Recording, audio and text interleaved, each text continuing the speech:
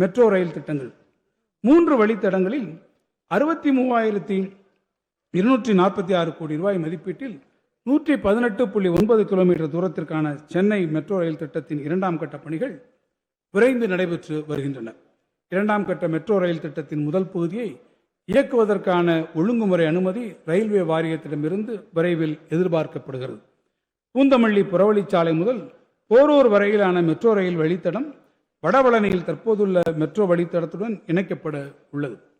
11 metro நிலையங்களை கொண்ட 14.6 kilometre நீளமுள்ள இவ்வழித்தடம் விரைவில் மக்கள் பயன்பாட்டிற்கு வரும்.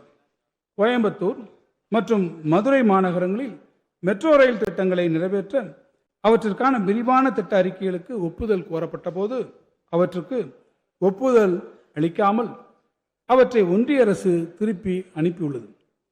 கோயம்புத்தூர் மற்றும் மதுரை மாநகரங்களில் 20 லட்சத்திற்கும் குறைவான மக்கள் தொகையே உள்ளதாக குறிப்பிட்டு இந்த திட்ட அறிக்கைகளுக்கு ஒப்புதல் அளிக்கப்படவில்லை என ஒன்றிய அரசு விளக்கம் அளித்துள்ளது. இந்நகரங்களுக்கு இணையான நாட்டின் பிற நகரங்களுக்கு அளிக்கப்பட்ட ஒப்புதலை போன்றே கோயம்புத்தூர் மற்றும் மதுரை மெட்ரோ ரயில் திட்டங்களையும் மறுபரிசீலனை செய்து ஒன்றிய அரசு ஒப்புதல் வழங்கிட தமிழ்நாடு அரசு தொடர்ந்து வலியுறுத்தி வருகிறது.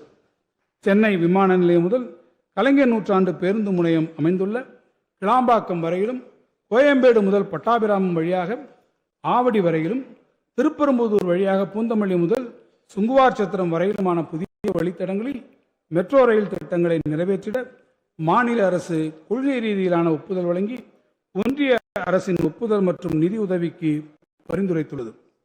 ஒன்றிய அரசின் ஒப்புதல் மற்றும் நிதியுதவியை எதிர்நோக்கி மேற்காணும் திட்டங்களுக்கான நிலம் கையகப்படுத்துதல், பயன்பாட்டு அமைப்புகளை மாற்றியமைத்தல் போன்ற ஆரம்ப கட்ட பணிகளை மேற்கொள்வதற்கான நிர்வாக ஒப்புதலையும் மாநில அரசு வழங்கியுள்ளது.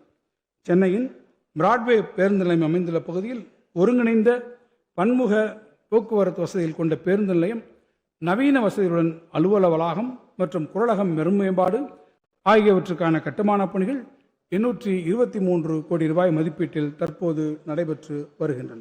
தெரிந்து கொள்ள கீழ்கண்ட கேபிள் மற்றும் டிடிஎச் நெட்வொர்க்குகளில் எம்நாடு செய்தி தொலைக்காட்சியை காணுங்கள்.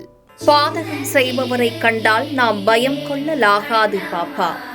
மோதி மிதித்து விடு பாப்பா, அவர் முகத்தில் உமிழ்ந்து விடு பாப்பா.